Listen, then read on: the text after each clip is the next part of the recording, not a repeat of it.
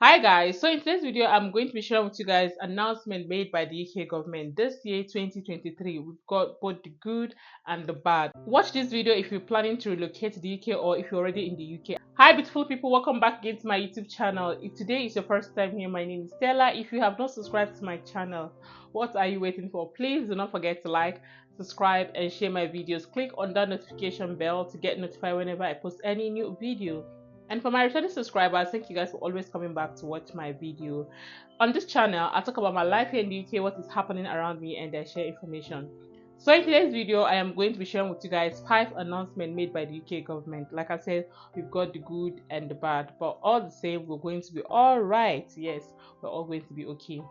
So if you have not liked this video, please click on that like icon and share. So number one announcement is no more dependent for international students. So for those of you that like asking when are they stopping the dependent visa and all of that, it is from next year. This is what it says. The British government has announced that from January 2024, international students studying in the UK will no longer be able to bring dependent with them on their student visa, aside from those who are on research and postgraduate programs. The announcement, made in a written statement by the Home Secretary Shoela Breverman, stated that the government is removing the right for international students to bring in their dependent unless they are on postgraduate courses currently designed as research programs. According to statistics, the Home Office, about 136,000 visas were granted to dependent of sponsored students in the year ending December 2023, a more than 8-fold increase from 16,000 in 2019. All of this is to cut down the immigration. So from next year 2024, there's no more dependent if you're coming in on student visa. However, if you want to bring in your family, you can still come with your family, but this time around you have to apply for a research course or PhD. So that is the only way you can come in with your family, but if not, there's no more dependent visa. So for those of you that always drop questions like how far the post-study visa, for now the post-study visa is still intact. They've not stopped the post-study visa, meaning after your study in the UK you still have 2 years post-study visa. So they've not said anything about that yet, so that means everything is still okay. If you come in to study, after your study you have 2 years post-study visa. It's just that you can't come in with your family except you're coming in on a research or PhD. So the second announcement is good news for parents like me. Whether you're in the UK or you're planning to come into the UK with your kids, this is a good news. Like I said, you can still come in with your family, or you have to just come in. You just have to come in on research or PhD. So the UK government has announced the expansion of childcare. So let me read what it says. Starting from April 2024, existing childcare support will be expanded in phase by September 2025. Most working families with children under the age of 5 will be entitled to 30 hours childcare support. The changes has introduced gradually to make sure that providers can meet the needs of more families. This means that from April 2024, working parents of 2 years old will be able to access 15-hour child support. From September 2024, 15-hour child care support will be extended to working parents of children from the age of 9 months to 3 years old. So this simply means that if you're planning to come to the UK or you're already in the UK and your child is still under 1, from next year, if your child turns 2, they are entitled to 15 hours. For those of you that don't know, I'm a Nigerian living here in the UK. So when my daughter turned 2, she was not eligible. I had to pay for childcare for her until she turned 3. So when she turned 3, that's when she was eligible for 15 hours. So the UK government, pay for 15 hours, but when she was 2 years plus, that's when she started going. As at that time, I was able to afford 2 times in a week, so we usually pay for twice a week for her, and the 2 times in a week is just 6 hours. We usually pay for 1 to 6.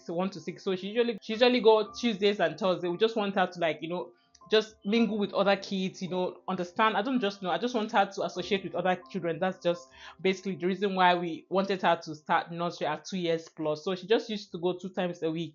But the good news is that from next year, April 2024, all children from 2 years old are eligible to 15 hours, which is really a good news, to be honest. At least it saves us that some money. We don't have to keep paying for childcare. I've got a son that is 1 year plus, so I'm really happy that he'll be entitled to this. Because when I had my daughter, I was paying until she turned 3. And the next one, now before I forget, before I move to number 3, Please, for those of you that are already in the UK or planning to come to the UK, thinking when you get to the UK you can, switch your visa and stop studying, they have stopped it. Yeah, if you're watching this, no more, switching visa, dropping out, and blah blah blah. Before you get your sponsorship, you must finish your study. That means you must graduate and be sure that yes, I have graduated from this course, and that is where you can now switch to that sponsorship. Lately, people have been switching while they're already in school. It was allowed, but now they have stopped it. So for those of you that used to ask me this question, no, you can't do it until you finish your studies. Before you can, yes, while you're studying, maybe you're just frustrated and all of that, you're lucky to get sponsored,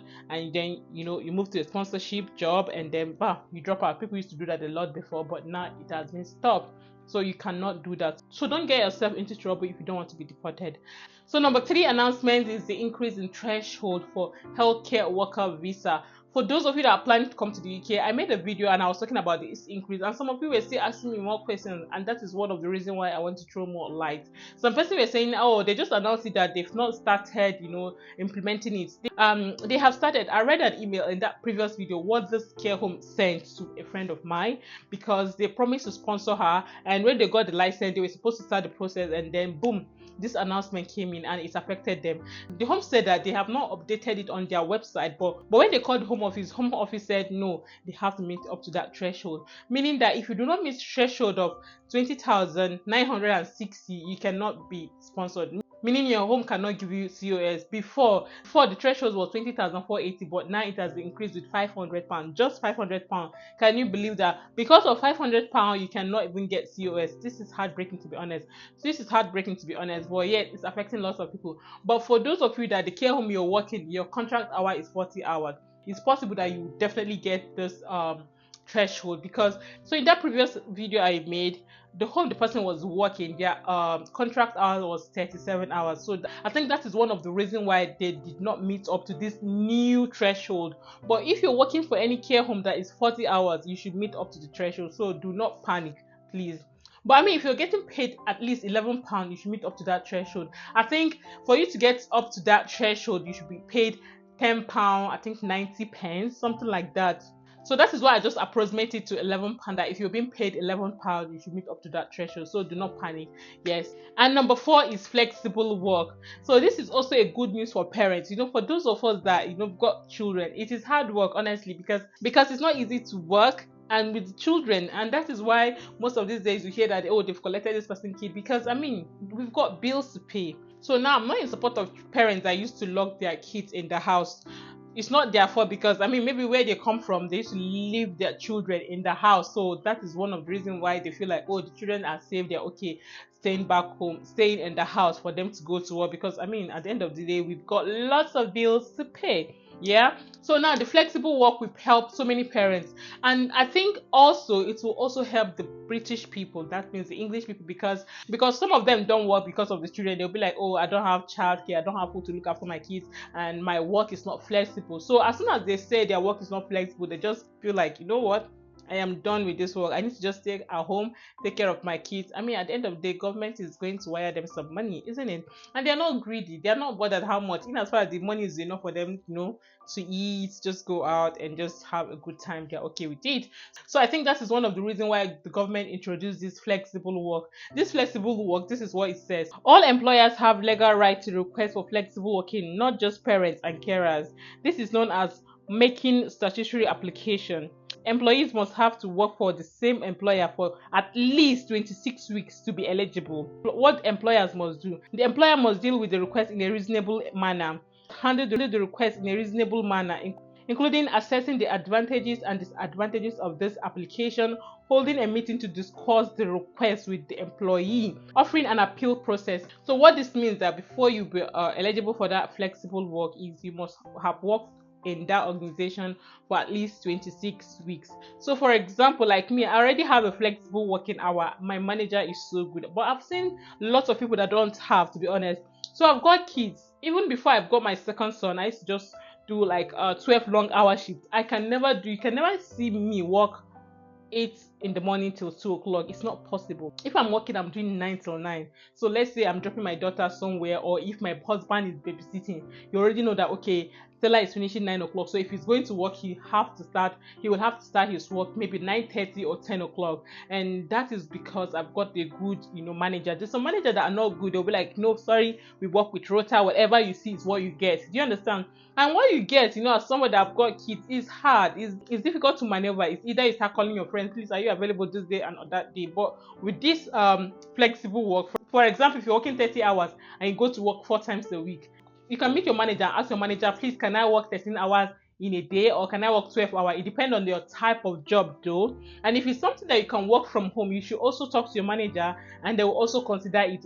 From the article I read, you can see they have to assess the advantages and disadvantages. So if you're a healthcare assistant like me, it's just for you to tell your manager, please, you've got kids, can I work so day and so day, and can I do long hours? You understand? So the UK government is just trying to encourage parents, mothers to work, because most people don't like to work because of this flexibility. If it's not flexible, what are you going to do? Are you going to leave your kids in the house because you want to go to work? It's just people like us, immigrants, we need money. That's why some of us have to do what we have to do, because the citizens, if they don't have any means, they just end up not working. At the end of the day, they apply for benefit, isn't it? So for people like us that do not have benefit, I think this flexible work is the good news for us. So the last one is the increase in IHS, COS and visa application. This simply means that if you're coming to the UK, you need to have enough money in the bank account. Yes, you need to have enough money, because everything has been increased, everything has been doubled, to be honest. So if you're a Nigerian, sorry, I have to say Nigerian because I'm a Nigerian, so I like to use the word Nigeria. So if you're a Nigerian, this is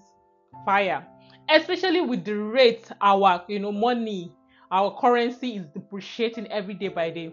As when I'm making this video, I don't know when I'm going to post this video, but imagine £1 is 1,150, meaning if you're converting naira to pounds, as when I'm making this video, £1 is 1,150 if you're converting naira to pound. Where are we going to, Nigerians? I don't understand. Where are we going to? This is so sad, to be honest. And at the end of the day, honestly, I don't blame why people are leaving Nigeria, because I feel like things are not even getting better. I don't understand that country. Anytime I go on social media, I look at my country, Nigeria, I feel so sad. Is it that I don't want to start talking about my country, Nigeria? It's just that it's so heartbreaking, to be honest, to see what's happening online, and it's just so sad. For a country like that, intelligent people, we've got all the resources, but even as that, the government are not even helping matter. It's so sad, to be honest. So for my Nigerian people, honestly, I feel for my people. I don't know what it's going to be like next year, because this year we've got lots of Nigeria, but as at next year, I don't know how it's going to be, because even Nigeria is hot, Nigeria is dry, because people are really complaining bitterly. And with this increase, UK government want to make at least £6 billion from immigrants. I don't know. I just feel like I don't think there'll be a lot of people who will want to move to the UK next year. But anyways, God will keep us alive, and we're going to see what is going to happen. Well, with this, we've come to the end of today's video. If you find this video interesting and informative, do not forget to give this video a thumbs up, like, subscribe and share. And yes, I'm going to be bringing other job opportunity from other countries for you guys. I used to see some of your messages like, Stella, bring please other job opportunity. I've got you guys covered, but it's just that all of this, that we have to make research and be sure of what we're posting before we make this video. But anyways, that is it for today's video. I'll see you guys in my next video. Bye guys.